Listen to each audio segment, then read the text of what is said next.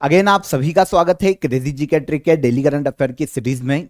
जैसा कि आप सभी को पता है, आज हम 20 जनवरी के करंट अफेयर को यहां पर डिस्कस करने वाले हैं। आराम से रिलैक्स होकर सेशन को देखिएगा, पसंद आए तो लाइक कर दीजिएगा और अपने जितने भी फ्रेंड्स हैं ग्रुप से वहां पर शेयर कर दीजिए ताकि ज्यादा से ज्यादा स्टूडेंट डेली करंट अफेयर को देख पाए। पीडीएफ आप क्रेजी जी के ट्रिक के एप्लीकेशन से ले लीजिएगा, फ्री ऑफ कॉस्ट है, तो वहां से आप इसे कलेक्ट कीजिए।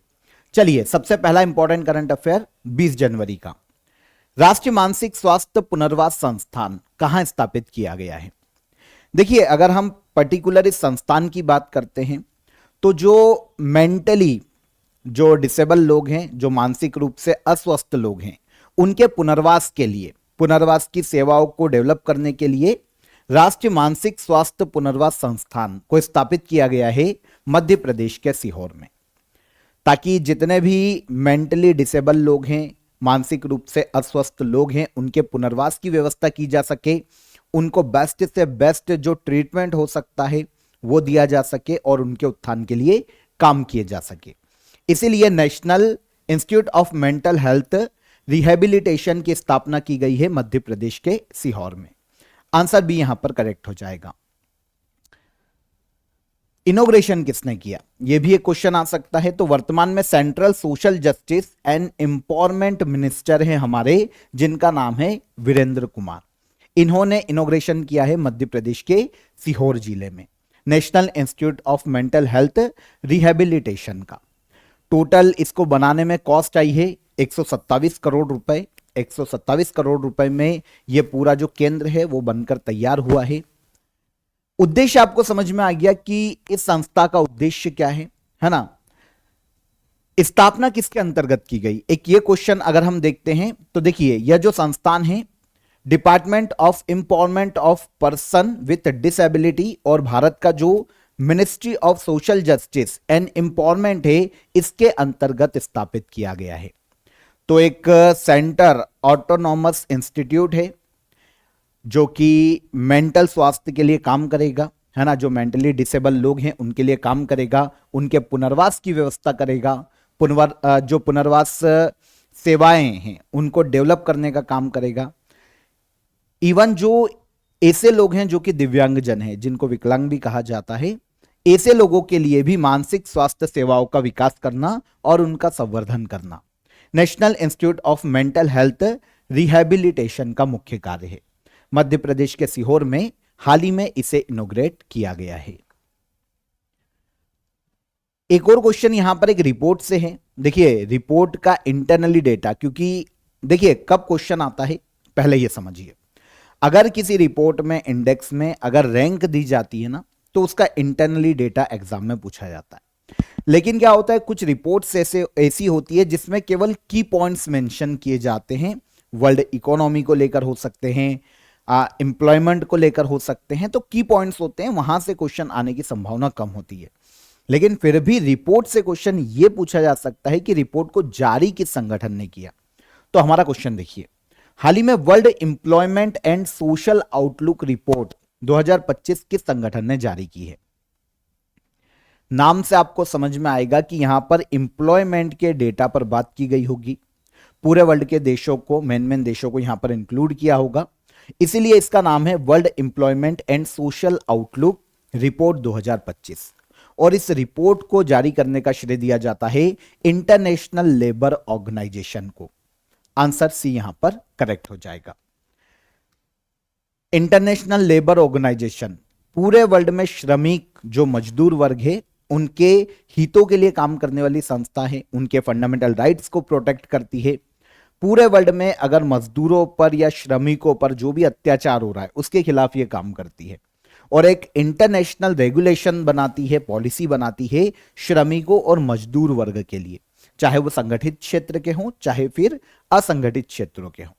उनके फंडामेंटल राइट्स को प्रोटेक्ट करना पहली प्रायोरिटी है इंटरनेशनल लेबर ऑर्गेनाइजेशन की। संस्था क्या काम करती है आपको पता चला। अब इसने जो डेटा रिलीज किया है वो world employment and social outlook report है 2025 की।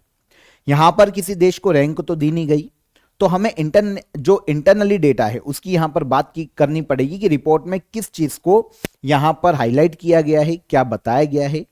तो अगर हम रिपोर्ट की बात करते हैं तो ऑल ओवर एम्प्लॉयमेंट को लेकर, लेबर को लेकर ये डेटा इन्होंने दिया है।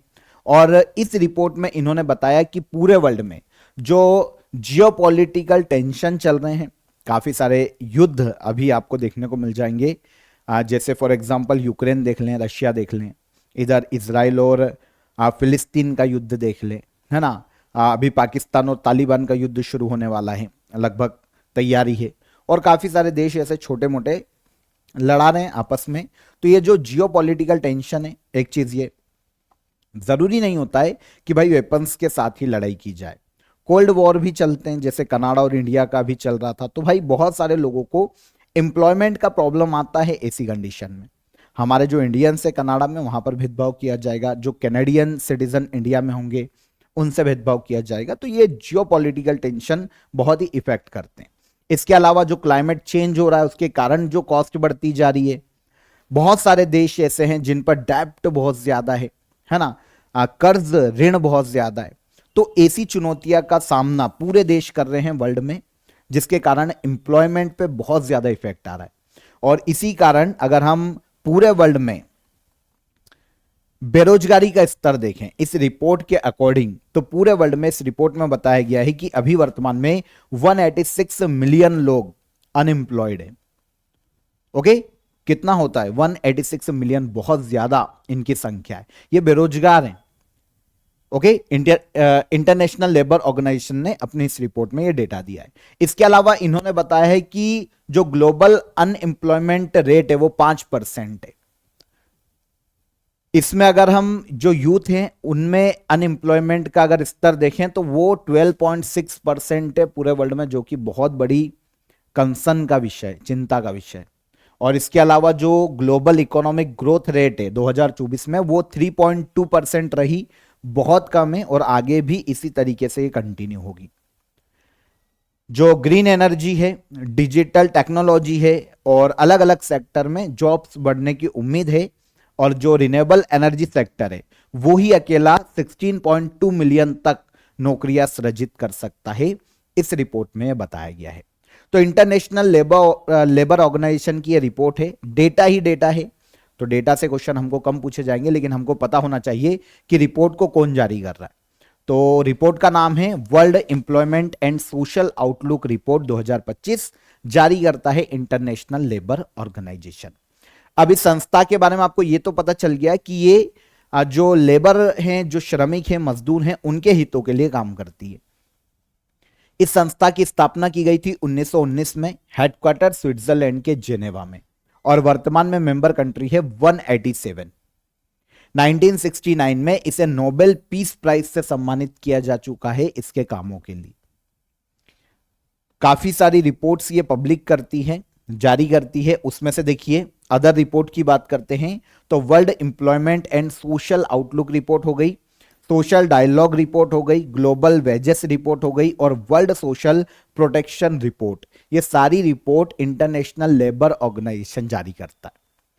तो रिपोर्ट्स याद रखिएगा, क्योंकि इंटरनली डेटा हमसे पूछे जाने की संभावना कम है। अगर मेंस लिख रहे होते तो फिर हमको डेटा पढ़ना पड़ता।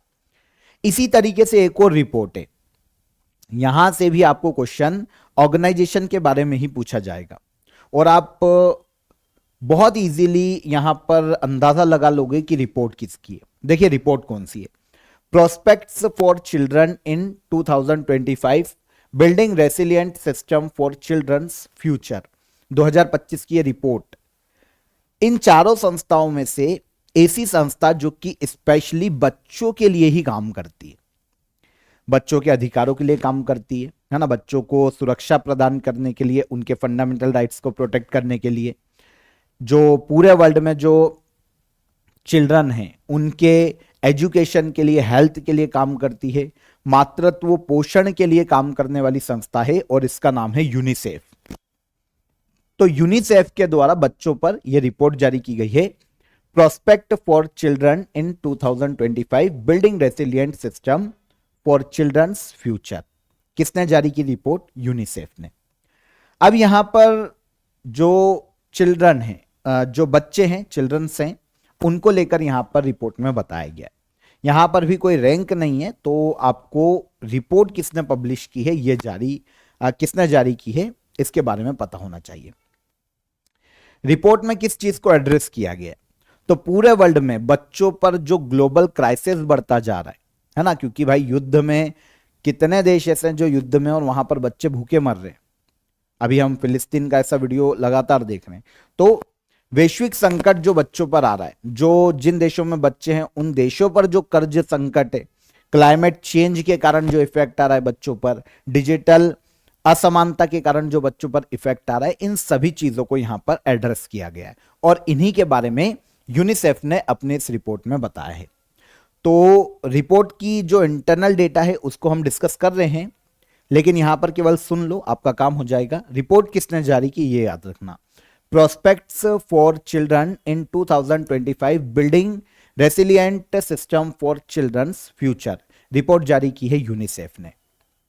इस रिपोर्ट में यूनिसेफ ने बताया है कि 2023 में पूरे वर्ल्ड में 473 मिलियन बच्चे ऐसे थे जो कि ऐसे देशों में रहते हैं जो कि किसी ना किसी प्रकार के क्राइसिस से गुजर रहा है, स्पेशली युद्ध।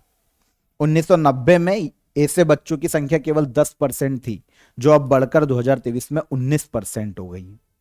इसके अलावा भी कुछ डेटा को यहां पर मेंशन किया गया है, जैसे लगभग 400 मिलियन बच्चे ऐसे देशों में रहते हैं जो कि डेट से या कर्ज के जाल में फंसा हुआ है। कर्जा जिन देशों पे बहुत ज्यादा है, ऐसे देशों में भाई एजुकेशन, हेल्थ सेक्टर और जो सोशल सर्विसेज है बच्चों को वो नहीं मिल पा रही। तो यूनिसेफ ने अपने इस रिपोर्ट में बताया है। यूनिसेफ बच्चों के अधिकारों के लिए काम करने वाली संस्था है। 11 दिसंबर 1946 को स्थापना की गई थी और हेडक्वार्टर देखने को मिलता है यूएसए के न्यूयॉर्क में। 1953 में इसे यूनाइटेड नेशन सिस्टम का एक परमानेंट अंग बनाया गया, ऑर्गन बनाया गया और इसका नाम दिया गया यूनाइटेड नेशन चिल्ड्रंस फंड, जिसे शॉर्ट में कहा जाता है यूनिसेफ। 190 से ज्यादा देशों में यह काम करती है संस्था। ऑल ओवर जो यूनाइटेड नेशन के पार्ट है ना, उन सभी देशों में यूनिसेफ भी काम करता है बच्चों के अधिकारों को लेकर। यूनिसेफ को नोबेल शांति प्राइज दिया जा चुका है 1965 में, और इंदिरा गांधी ट्रस्ट ने इंदिरा गांधी पीस प्राइज दिया था यूनिसेफ को 1989 में। तो ये अदर अवार्ड है यूनिसेफ को जो दिए गए, तो यहां पर देख लेना, पूछे जाते हैं। आगे बढ़ने से पहले ऑफर ऑफ द डे आपको बता देता हूं। देखिए, आप सभी के लिए इंडियन हिस्ट्री अवेलेबल है यहां पर। अगर आप वनडे एग्जाम की प्रिपरेशन कर रहे हैं तो भी आप ज्वाइन कर सकते हैं, और आप अगर सिविल सर्विसेज की एग्जाम की प्रिपरेशन कर रहे हैं तो आप बाइलिंगुअल कोर्स ज्वाइन कर सकते हैं। दोनों की ही लिंक मैं आपको डिस्क्रिप्शन में दे दूंगा। आपको यहां पर प्राचीन कालीन भारत, मध्यकालीन भारत, आधुनिक भारत, तीनों जो आपके पार्ट हैं हिस्ट्री के, वो दोनों कोर्सेस में मिल जाएंगे। बस अंतर यह है कि एक आपके लिए वनडे एग्जाम के लिए है जहां पर फैक्ट पर ज्यादा फोकस किया गया है, और एक आपको देखने को मिलता है सिविल सर्विसेज की एग्जाम के लिए। बाइलिंगुअल दोनों कोर्स है, दोनों की ही लिंक मैंने आपको डिस्क्रिप्शन में दे दी है। ध्यान से आप अवेल कीजिएगा, आप जिसे भी ज्वाइन करना चाहते हैं उसको। और कोई भी अगर आपको फिर भी लगता है कोई हर्डल है तो हेल्पलाइन नंबर पर आप कॉल कर लीजिए। ओके, इसकी लिंक आपको डिस्क्रिप्शन में है, वहां पर डायरेक्ट आप अवेल कर लीजिए। आगे आएंगे, डेनिस लॉ, जिनका हाल ही में निधन हो गया, किस खेल से संबंधित खिलाड़ी है? तो अगर हम डेनिस लॉ की बात करें तो ये बहुत ही फेमस फुटबॉल खिलाड़ी हैं जिनका हाल ही में निधन हो गया, है ना। स्कॉटिश फुटबॉल खिलाड़ी हैं ये, और इतिहास में इन्होंने मैनचेस्टर यूनाइटेड के लिए फुटबॉल खेला है। मैनचेस्टर यूनाइटेड के इतिहास के सबसे महान फुटबॉलर में गिना जाता है Scottish football player Dennis Law को। हाल ही में 84 वर्ष की आयु में इनका निधन हो गया। 1964 में बेलन डी ओर अवार्ड से इन्हें सम्मानित किया जा चुका है।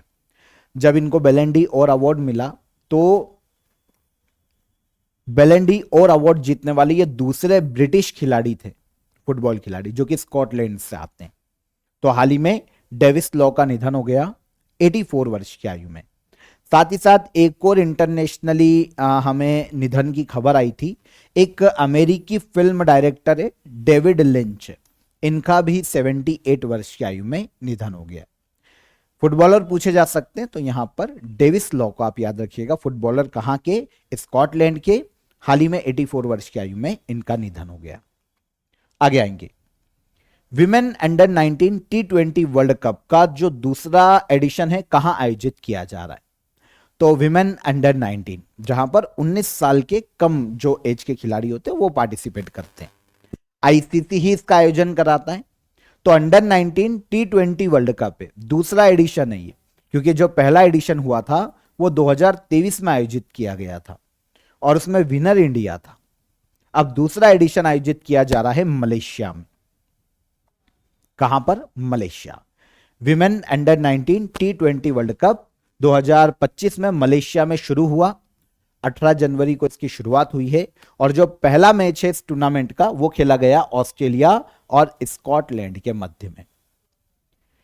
टूर्नामेंट 18 जनवरी को शुरू हुआ और 2 फरवरी तक यह आयोजित किया जाएगा। 2 फरवरी को खेला जाएगा इस टूर्नामेंट का final. ICC women's under 19 T20 world cup 2025। इस बार 16 टीमें यहां पर पार्टिसिपेट कर रही है T20 वर्ल्ड कप में अंडर 19 में। 16 टीमों को 4 अलग अलग ग्रुप्स में डिवाइड किया गया है। सेकेंड एडिशन है, सबसे पहली बार फर्स्ट एडिशन जनवरी 2023 में आयोजित हुआ था साउथ अफ्रीका में। अभी सेकेंड एडिशन कहां पर हो रहा है? मलेशिया। पहला एडिशन आयोजित किया गया था साउथ अफ्रीका। यहां पर इंडिया ने फाइनल में इंग्लैंड को हराकर फर्स्ट एडिशन जीता था under 19 women's T20 world cup का। उस वक्त इंडियन टीम थी क्रिकेट की, उसकी कैप्टन थी शेफाली वर्मा, और अभी रिसेंट जो टीम पार्टिसिपेट कर रही है इंडिया की, उसकी कैप्टन है निकी प्रसाद। ओके, तो कैप्टन याद रखने चाहिए हमें। तो यहां पर अभी वर्तमान में कौन? निकी प्रसाद। हाल ही में चर्चा में रहे टीवी गोपाल कृष्णन किस वाद्य यंत्र से संबंधित है? तो अगर टीवी गोपाल कृष्णन की बात करें तो ये केरला के बहुत ही फेमस मृदंग वादक हैं। मृदंग वाद्य यंत्र से ये संबंधित है। इनका नाम है टीवी गोपाल कृष्णन। अभी सुर्खियों में क्यों है? तो हाल ही में देखिए इन्हें एक अवार्ड मिला है। इनको दिया गया है R.K. Srikantan trust award 2025। Kerala के मृदंग वादक टीवी गोपाल कृष्णन, कला के क्षेत्र में इनकी जो उपलब्धियां हैं उसके कारण इन्हें काफी अवार्ड्स मिले हैं। उनमें सबसे बड़ा अवार्ड जो इनको मिला वो पद्म भूषण दिया गया था 2012 में टीवी गोपाल कृष्णन को। केरला पृष्ठभूमि से आते हैं, केरला के मृदंग वादक हैं, लेकिन कर्नाटक संगीत में और हिंदुस्तानी संगीत में इन्होंने अपना काफी योगदान दिया है। इसीलिए कला के क्षेत्र में इनके योगदान के लिए 2012 में इन्हें पद्म भूषण दिया जा चुका है भारत सरकार के द्वारा। और इसके अलावा संगीत कला निधि अवार्ड दिया गया था 2014 में, और अभी जो अवार्ड दिया गया है जिसके कारण टीवी गोपाल कृष्णन सुर्खियों में आए हैं, यह अवार्ड है R.K. Srikantan trust award 2025। Award की बात करें तो एक ट्रस्ट है R.K. श्रीकांतन ट्रस्ट, कर्नाटक का ट्रस्ट है। ये कर्नाटक के ही एक संगीतकार थे R.K. श्रीकांतन, इनके सम्मान में यह अवार्ड दिया जाता है किसी भी संगीतकार को। और हर साल यह दिया जाता है मकर संक्रांति पर, जो संक्रांति संगीत महोत्सव आयोजित किया जाता है R.K. श्रीकांतन ट्रस्ट के द्वारा, तब ये किसी भी संगीतकार को दिया जाता है। अभी 2025 में R.K. श्रीकांतन ट्रस्ट अवार्ड दिया गया टीवी गोपाल कृष्णन, केरला के मृदंग वादक। हाल ही में संचार साथी मोबाइल ऐप किस डिपार्टमेंट के द्वारा लॉन्च किया गया? तो संचार साथी मोबाइल एप्लीकेशन की बात करें, इसे लॉन्च किया है डिपार्टमेंट ऑफ टेलीकम्युनिकेशन ने। काम क्या करेगा आपको पता है? जो हमारे टेलीकॉम जो हमारे इक्विपमेंट है उनकी रक्षा करना, जो सिम हो गई, हमारा मोबाइल हो गया, उसकी रक्षा करना, और किसी भी प्रकार के फ्रॉड से हमको सुरक्षित रखना, है ना। सारी इंफॉर्मेशन किसी भी चीज को लेकर संचार साथी मोबाइल एप्लीकेशन पर व्यक्ति को मिल जाएगी। अगर कोई फ्रॉड हो जाता है तो यहां पर वो अपनी शिकायत को भी रजिस्टर करवा सकता है। तो संचार साथी मोबाइल एप्लीकेशन को डिपार्टमेंट ऑफ टेलीकम्युनिकेशन ने हाल ही में लॉन्च किया है। देखिए, जनवरी 2025 में डिपार्टमेंट ऑफ टेलीकम्युनिकेशन ने भारत की डिजिटल कनेक्टिविटी को बढ़ाने के लिए सुरक्षा को बेहतर करने के लिए एक तो नेशनल संचार साथी मोबाइल एप्लीकेशन इसे लॉन्च किया और इसके अलावा नेशनल ब्रॉडबैंड मिशन 2.0 को भी लॉन्च किया है। एक का उद्देश्य तो आपको समझ में आ गया क्या है। नेशनल ब्रॉडबैंड मिशन 2.0 की बात करें तो भारत के जो ग्रामीण क्षेत्र है ना, वहां पर ब्रॉडबैंड कनेक्टिविटी को बढ़ावा देना, कोशिश करना कि ग्रामीण क्षेत्रों में भी 100 MBPS की स्पीड इंटरनेट की लोगों को ग्रामीण क्षेत्रों में मिल सके।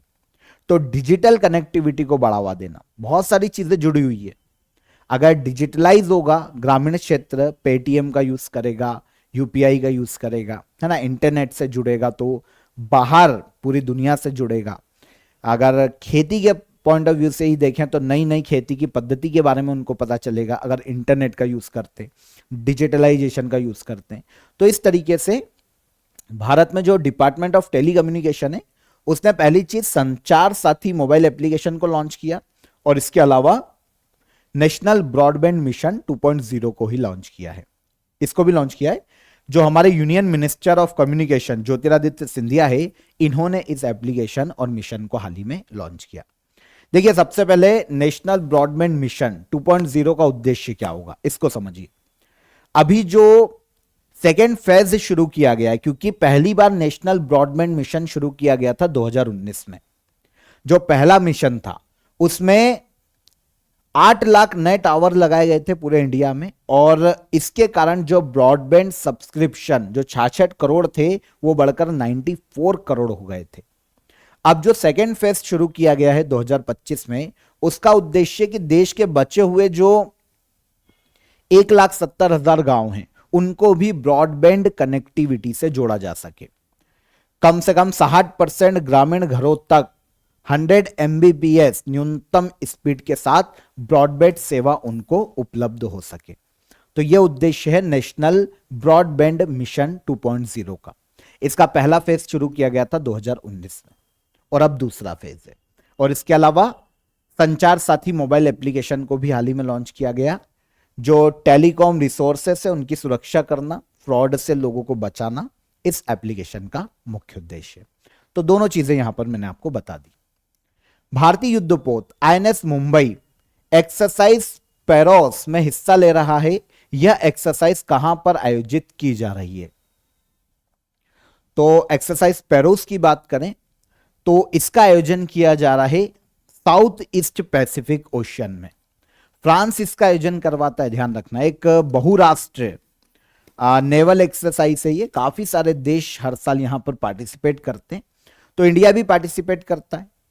अब देखिए, हर साल अलग अलग जगह पर ही इसका आयोजन किया जाता है। 2 साल में वैसे एक बार आयोजित होता है, तो हर बार अलग अलग जगह पर ही आयोजित होता है। अभी 2025 में जो एक्सरसाइज ला पैरोस का आयोजन किया जा रहा है वो आयोजित किया जा रहा है साउथ ईस्ट पैसिफिक ओशियन में। फ्रांस इसका आयोजन करवाता है। भारत की ओर से जो युद्धपोत यहां पर भाग लेने के लिए भेजा गया वो है INS मुंबई, है ना। फ्रांस लीडर है जो आयोजित करवाता है। India, USA, Australia, Canada, United kingdom, Malaysia, Indonesia, Singapore, काफी सारे देशों की जो नेवी है वो यहां पर पार्टिसिपेट करती है। सभी देशों के मध्य में एक तो नेवल सहयोग को बढ़ावा देना, है ना, किसी स्पेसिफिक क्षेत्र की, समुद्री क्षेत्र की रक्षा करना और वहां पर आपसी सहयोग का विस्तार करना, यह मुख्य उद्देश्य है एक्सरसाइज लॉ पेरूस को आयोजित किए जाने का। 2 साल में एक बार आयोजन किया जाता है। फ्रांसीसी जो नेवी है वो इसका आयोजन करवाती है। इंडिया की ओर से अभी गया है INS मुंबई। आयोजन कहां पर? South eastern Pacific ocean. 16 जनवरी को ये शुरू हुआ और 24 जनवरी तक इसका आयोजन किया जाएगा। 4th संस्करण है इस बार। लास्ट बार 2023 में इसका 3रा संस्करण इंडियन ओशियन में आयोजित हुआ था। तो ला पेरोस याद रखिएगा, है ना। आयोजन कौन कराता है? फ्रांस। 4था एडिशन इस साल आयोजित किया जा रहा है। अब इंडिया और अदर देशों के मध्य में जो एक्सरसाइज आयोजित की जाती है आर्म्ड फोर्स की, अगर उनकी बात करें तो यहां पर वज्र प्रहार इंपॉर्टेंट है। इंडिया और USA की जॉइंट मिलिट्री एक्सरसाइज है। शक्ति इंडिया और फ्रांस के मध्य में एक द्विपक्षीय युद्धाभ्यास है। नोमैडिक एलिफेंट इंडिया और मंगोलिया के मध्य में आयोजित किया जाता है जॉइंट मिलिट्री एक्सरसाइज, और इंद्र का आयोजन किया जाता है इंडिया और रशिया की मिलिट्री के मध्य में। वैसे तो काफी सारी है, लेकिन ये चार काफी सुर्खियों में रहती है और एग्जाम्स में इन पे क्वेश्चन ज्यादा मिले, तो यहां पर मैंने ये चार आपको बताई है। हाल ही में चर्चा में रही स्वामित्व योजना किस वर्ष लॉन्च की गई थी?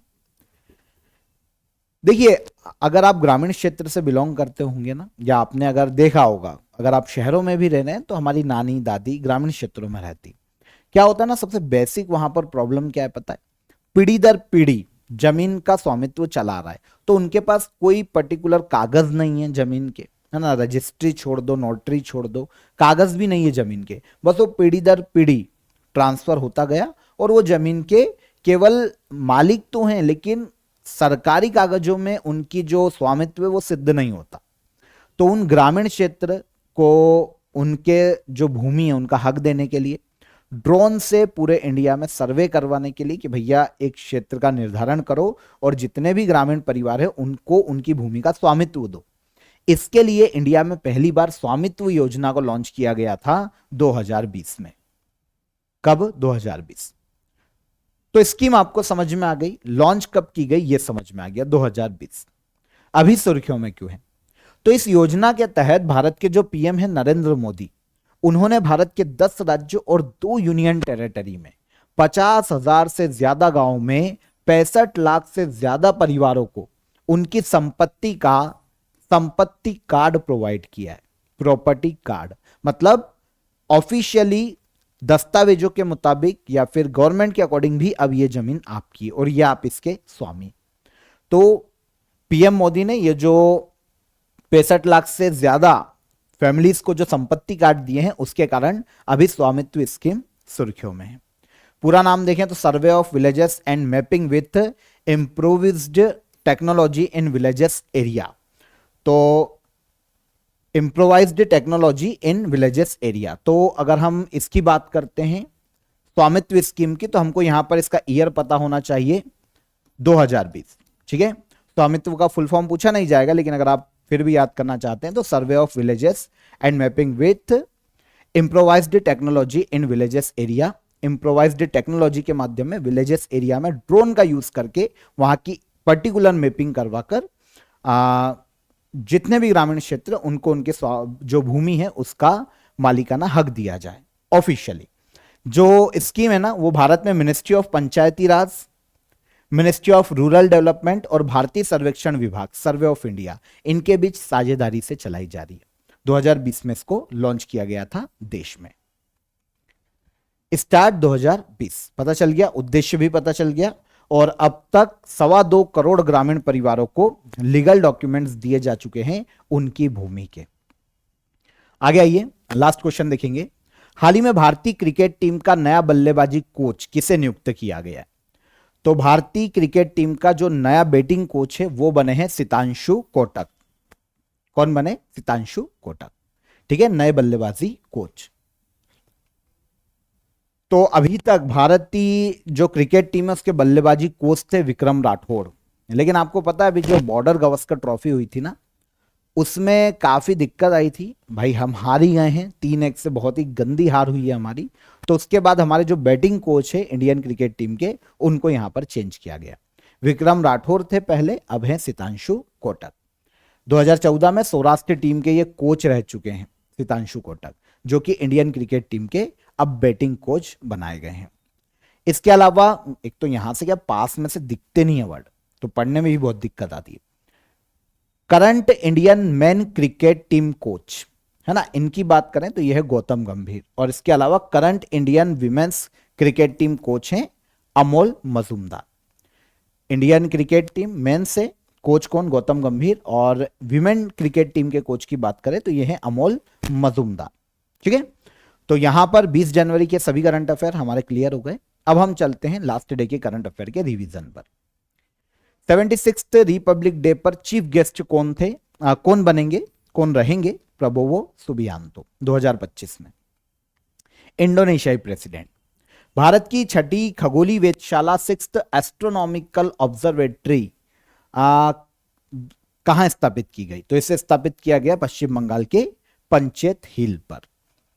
ओडिशा सरकार द्वारा आपातकाल के कैदियों को कितनी मासिक पेंशन दी जाएगी? तो यह दी जाएगी 20,000 रुपए पर मंथ। किस राज्य सरकार ने शी कोहोर्ट 3.0 लॉन्च किया है? तो इसे लॉन्च किया है पंजाब ने, पंजाब गवर्नमेंट ने। दुनिया का सबसे शक्तिशाली हाइड्रोजन ईंधन चालित इंजन किसने बनाया? इंडिया ने बनाया है। वर्ष 2026 में राष्ट्रमंडल देशों की संसदों के अध्यक्ष और पीठासीन अधिकारियों के 28वें सम्मेलन की मेजबानी कौन करेगा? यह करेगा कौन? इंडिया 2026 में। एक्सरसाइज डेविल स्ट्राइक 2025 किसने आयोजित की है? तो इसका आयोजन किया गया है एक तो इंडियन आर्मी और इंडियन एयरफोर्स। हाल ही में राष्ट्रीय सड़क सुरक्षा सप्ताह का आयोजन कब किया गया? तो 11 से लेकर 17 जनवरी तक आयोजित किया गया है नेशनल रोड सेफ्टी वीक को।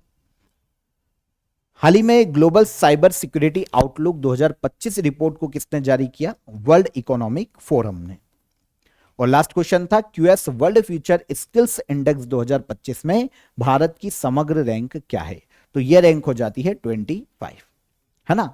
ये सारे क्वेश्चन कल के सेशन में हमने पढ़े थे। अब क्वेश्चन ऑफ द डे का आंसर। संविधान सभा में प्रांतीय संविधान समिति के अध्यक्ष कौन थे? तो ये थे सरदार वल्लभ भाई पटेल। जो अंतरिम कैबिनेट थी उसमें भारत के डिफेंस मिनिस्ट्री किसको दी गई थी? तो यह है बलदेव सिंह। और माधव नेशनल पार्क एमपी किस राज्य में देखने को मिलता है? तो यह देखने को मिलता है मध्य प्रदेश राज्य में। तीनों क्वेश्चन हो गए। अब आज के लिए क्वेश्चन ऑफ द डे। किस सिख गुरु को मुगल शासक जहांगीर ने मरवाया था? अंजू बॉबी जॉर्ज किस खेल से संबंधित इंडियन खिलाड़ी है? और मलक्का स्ट्रेट किन दो सागरों को जोड़ता है? यह मलक्का जलडमरू मध्य किन दो सागरों को जोड़ता है? तीनों क्वेश्चन को पॉज करके देख लेना, कमेंट में आंसर कर देना। सेशन कैसा लगा ये भी बताइए। पसंद आया हो तो लाइक और शेयर कर दीजिए। फिर मुलाकात करेंगे आपसे नेक्स्ट सेशन में, कल के करंट अफेयर में। तब तक अपना ख्याल रखिएगा। जय हिंद, जय भारत।